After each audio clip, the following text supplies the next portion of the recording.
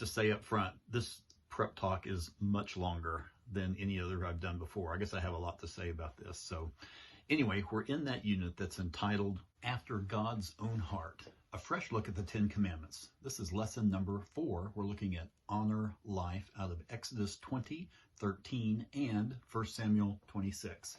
And the point of this lesson is respect human life as God does.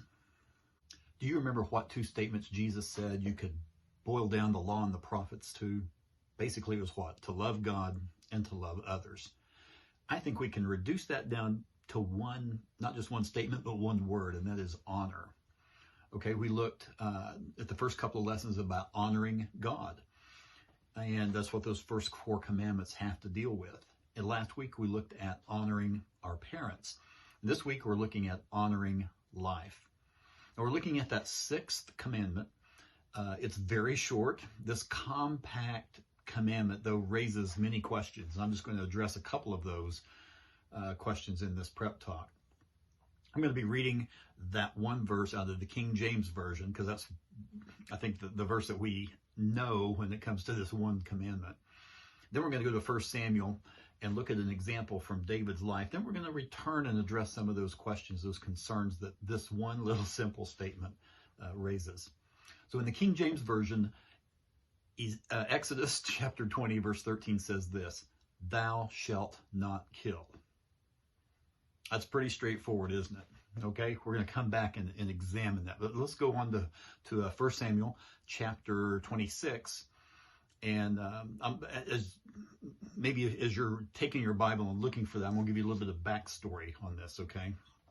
Saul was the king of Israel, and he and David had this tumultuous relationship. It started off pretty good. David killed Goliath when nobody else would stand up to him. And Saul basically took David under his wing. Saul's son Jonathan and David became the best of friends. And David was quite successful in battle. And the saying was, you could hear the song, the saying in the streets, Saul has slain his thousands and David his 10,000s. Well, when Saul heard that, he became very jealous and very paranoid. And he sought to kill David. Several times he tried to kill David. Now, there's several chapters in 1 Samuel dealing with Saul chasing David. And we get down to chapter 24, and we have what I call the bathroom incident. David and his men were hiding in the back of this cave, and Saul comes in to relieve himself. And David had an opportunity. He could have killed Saul right there. But instead, he sneaks up and he cuts off a little bit of the corner of Saul's robe. And soon after that, he showed that he could have killed Saul, but he didn't. Okay, now let's read out of 1 Samuel 26.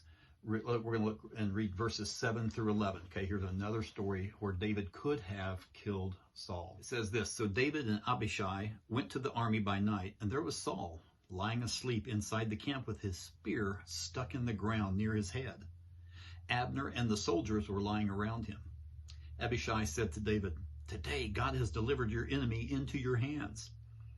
Now let me pin him to the ground with one thrust of my spear. I won't strike him twice.' But David said to Abishai, 'Don't destroy him. Who can lay a hand on the Lord's anointed and be guiltless? As surely as the Lord lives,' he said, 'the Lord himself will strike him. Either his time will come and he will die, or he will go into battle and perish. But the Lord forbid that I should lay a hand on the Lord's anointed. Now get the spear and water jug that are near his head, and let's go.'" So the question is, do you agree or disagree that David had the right to kill Saul here? Now, you can see either side of that, can't you? You're in battle. There's your enemy. Let's take him out. He would have been justified, some say, because it was a self-defense. Well, what can we learn from David's attitude here? Well, it could be that every time there's what appears to be a God-given opportunity, it's not necessarily so. All right, we're going to continue on in 1 Samuel 26. Let's jump down to verse 22 and read through the end of the chapter. Here's what it says. "Here's the king's spear," David answered. "Let one of your young men come over here and get it. The Lord rewards every man for his righteousness and faithfulness. The Lord delivered you into my hands today. but I would not lay a hand on the Lord's anointed. As surely as I valued your life today, so may the Lord value my life and deliver me from all trouble." Then Saul said to David, "May you be blessed, my son David. You will do great things and surely triumph." So David went on his way, and Saul returned home. So we have here David showing Saul again, look, I have your stuff. I could have killed you, but I didn't. I valued your life. And so we see David valued the life of somebody who was trying to kill him. And Saul seemed to appreciate David's attitude here. And this could have been the last time that they spoke together. So yes, David did respect life, and even the life of his enemy. Here's the question. Can you think of any other times when David did not do so? Okay, a couple come to mind. They're similar but different. And the first I've already mentioned, that was Goliath. You know, it was wartime. David stepped up and killed Goliath. Well, what's the difference in Goliath and Saul? They were both kind of in battle. Well, Saul was king of Israel. He was a fellow countryman. In 1 Samuel chapter 9, it tells the story of Samuel, the prophet, coming and anointing Saul as king of Israel. He was God's anointed, and David respected this. But another time that comes to mind that David did not respect life was in 2 Samuel chapter 11. And this is the story of David and Bathsheba. Bathsheba was a married woman. She was married to a Hittite named Uriah. David wanted Bathsheba for his own. And anyway, most of you know the story, but a long story short, David basically had Uriah killed. He didn't do it himself, but he basically hired it done. Put him in the battle. Put him out on the front lines. And when the battle gets fierce, everybody else withdraw, and he was out there by himself. So he had him killed so he could take Bathsheba for his wife.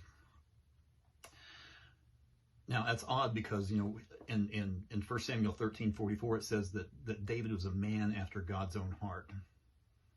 Yes, he was. But here's the thing, he wasn't perfect.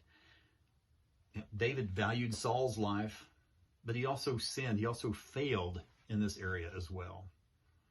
Well, let's get back to that commandment, thou shalt not kill. Well, like I said, it's such a short commandment, but it raises many questions, and you might can think of some of those. The couple that I'm going to address in this video is, does this include animals? Okay, because that's a question that comes up. And does this apply to capital punishment? Now, that's definitely a question that comes up. Well, let's look at the killing of animals first. Some vegans will quote this commandment, but this verse does not apply to every living thing. If it did, then even killing a plant would be wrong, wouldn't it? Now, the King James Version says, thou shalt not kill, okay? Almost every other translation uses the word murder. Thou shalt not murder, or you should not commit murder. And so what's the difference? Well, for one, in Hebrew, there are different words. The one used here in this commandment is best interpreted murder. It has this intention of harming, to take revenge on a person. Even Jesus in Matthew chapter 5, in the Sermon on the Mount, he said, you've heard it said, do not commit murder, but I say to you, right? He finishes that. The word there, when he says do not commit murder, there, of course, we're talking about Greek here. The word used there is completely different than the word used over in Acts 10:13 when Peter has his vision, and it's about the animals, and he wasn't sure if he could eat these unclean animals, and in the vision he heard the phrase arise, kill, and eat. Kill, different than what Jesus said about murder. So anyway, but besides the different word uses, just biblically, there are different commands about sacrificing animals. And even Jesus ate fish, didn't he? So no, this does not apply to animals. Now, I do think it's wrong to intentionally harm an animal. That's just not good. That's just not good stewardship. We're called to be good stewards of the earth and to subdue it, but not to torture it. Okay. So how does this command apply to capital punishment? That's really the big question that comes up. if we're not to intentionally kill someone out of revenge, then isn't that exactly what capital punishment is? It's a payment, it's a revenge of some kind of wrongdoing. Well, let's look at this, just what's happening in the world today. There are about 56 countries who have retained capital punishment. 106 have completely abolished it.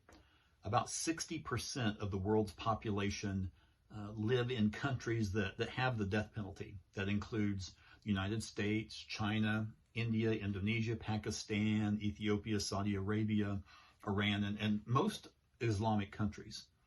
And China is said to execute more people per year than all the other countries combined. Now, in the U.S., what are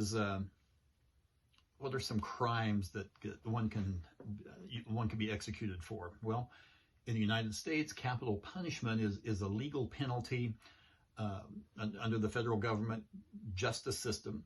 It can be imposed for treason, for espionage, murder, large-scale drug trafficking, or attempted murder of a witness, a juror, or a court official in some certain cases.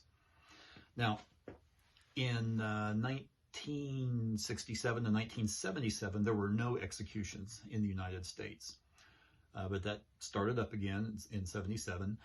Right now, about 2,600 prisoners are on death row. In recent years, there's been about 20 executions in the United States per year.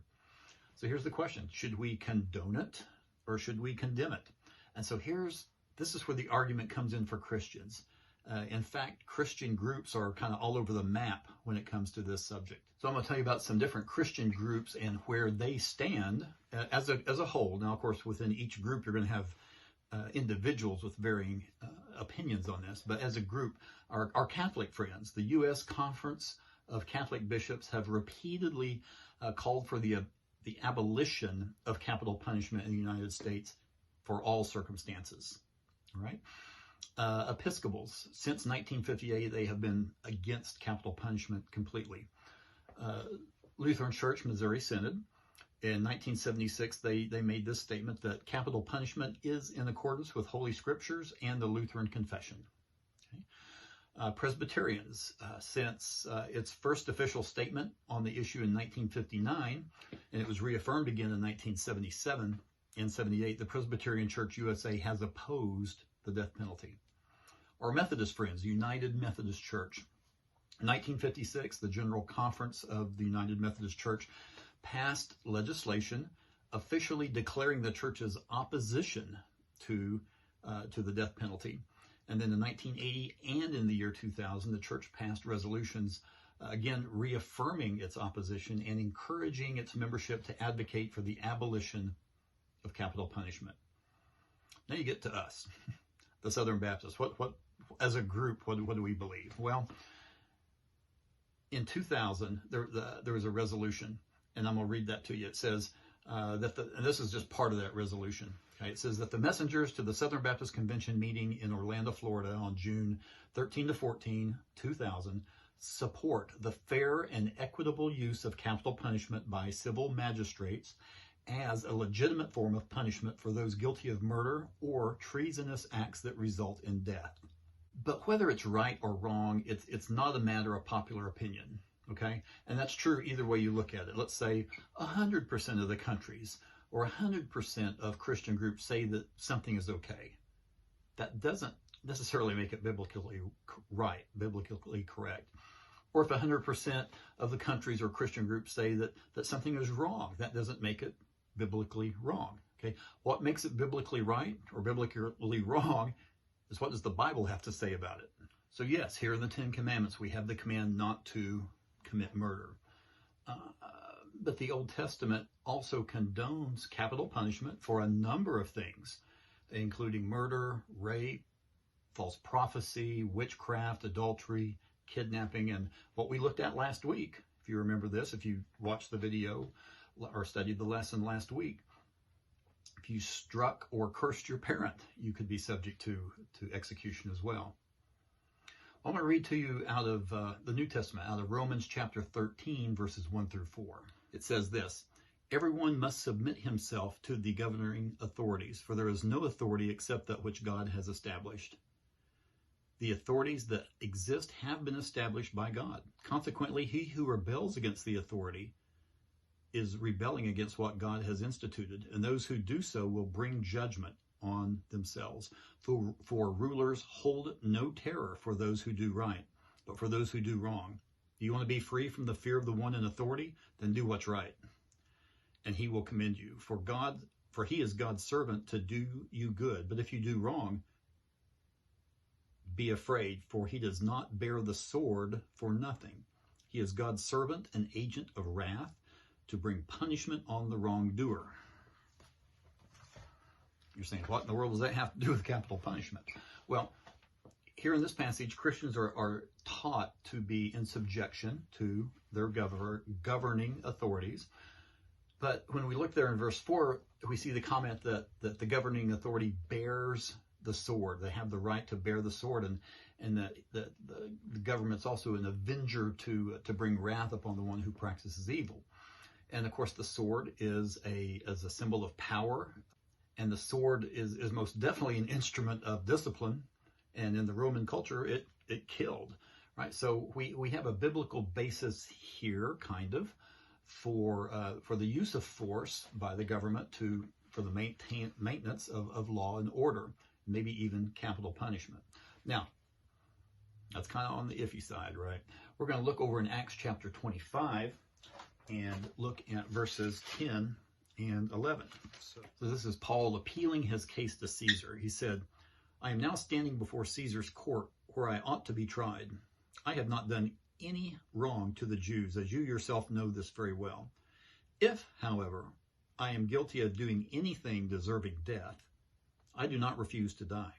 But if the charges brought against me by these Jews are not true, no one has the right to hand me over to them. I appeal to Caesar. So here we have Paul being accused, and he said if these accusations are true, that he was willing to die. Okay, he doesn't say, he doesn't deny the right of the government to execute people. So instead of denouncing capital punishment, he assumes its validity and appeals to Caesar as his right as a Roman citizen when he was charged with a crime worthy of death. So here's the thing. The New Testament doesn't condemn the use of capital punishment, but it kind of assumes that the government has the right to use it. You say, no, wait a minute. What about Matthew chapter 5? Let's go back to the Sermon on the Mount. Matthew chapter 5. This is right out of the lips of Jesus. Matthew chapter 5. It's in red. Matthew chapter 5, verses 38 and 39. Jesus said this, you have heard it said that it was an eye for an eye and tooth for a tooth. But I tell you, do not resist an evil person. If someone strikes you on the right cheek, turn him the other also. What about that? How do we reconcile this with capital punishment? Well, turning the other cheek, it's a command for an individual, all right, not the government. An individual is not to seek retaliation, to punish an offender. We leave that to the governing authorities. Well, why should we do that? Why should we just take the law into our own hands and do some quick executions? Well, let me give you an example. It's not really a contemporary example. It's almost exactly 65 years old. Okay, October the 2nd, 1955. The premiere, the very first season, the very first episode of Alfred Hitchcock Presents. The episode was called Revenge, and it starred Vera Miles. She was a wife, suffered a nervous breakdown. So her and her husband moved to this trailer park, and the husband returns from work one day and finds that his wife's been traumatized because she has been assaulted by a man earlier in the day.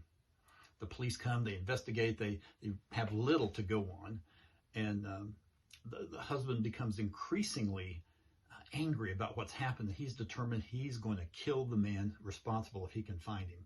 So he and the wife get in the car, they're driving along, And he tells her, if you see him, you tell me. And they're driving along. She's looking, and finally she goes, "That's him.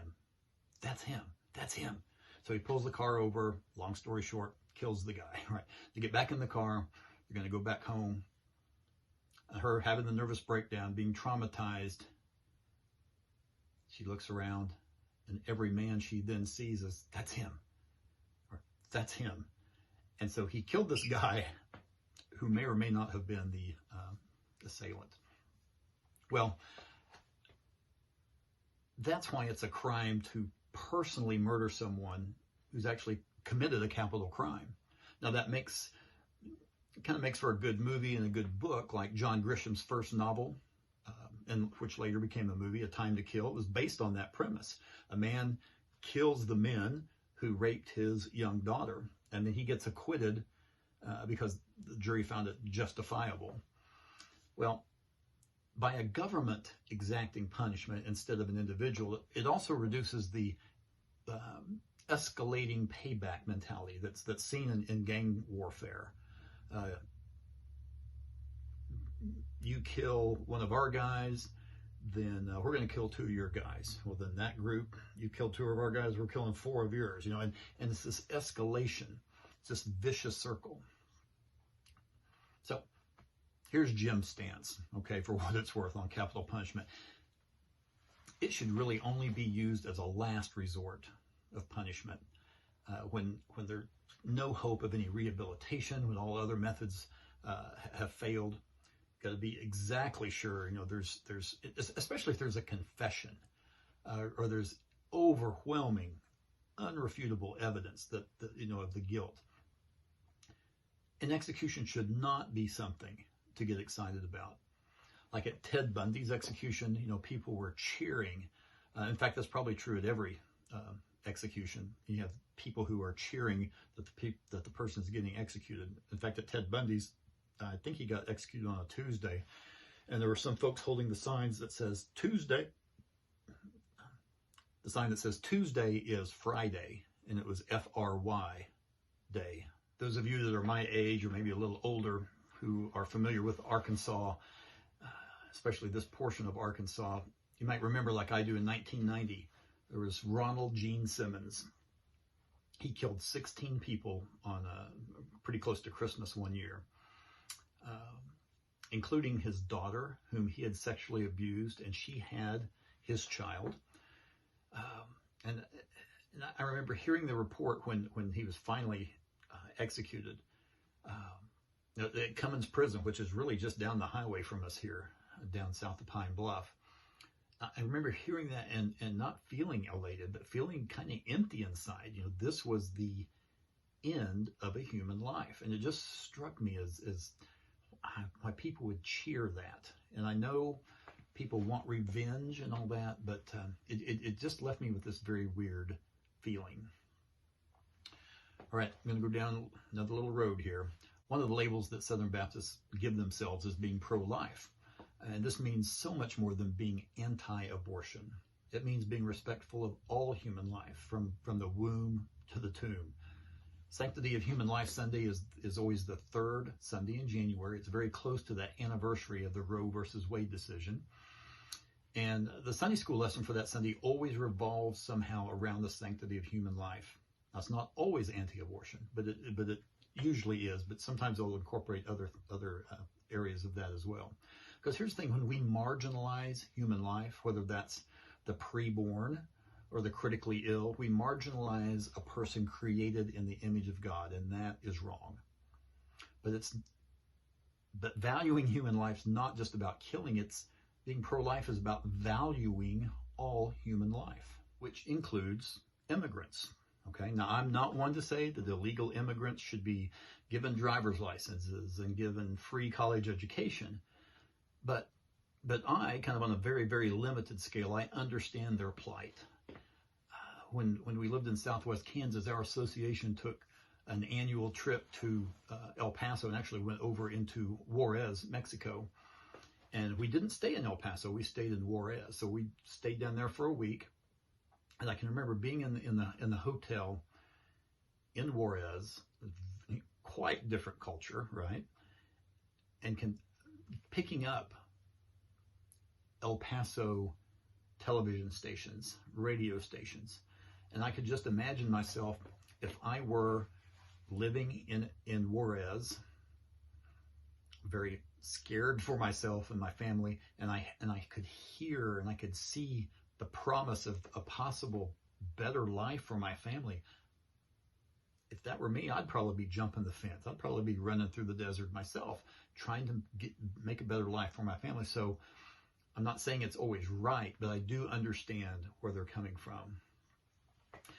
And now, moving from the immigrant to the elderly, as I'm now less than a year away from being 60, I have more concern about the elderly being marginalized. You know, many cultures, they respect and revere their elders, and we tend to brush them off as has-beens or just because they're not up on the latest technology. Okay, a lot said in this lesson. Here's what it boils down to. All life is precious to God. So let's not think less of anybody, any human. If they look different than us, if they speak a different language than we do, if they make more money or less money than we do, maybe they're confined to a wheelchair, maybe they're confined to a bed, they're still precious in God's sight. So that's what I want to leave you with today. Thank you guys for watching. I know this has been quite a bit longer than normal. Hope you have a great rest of the week.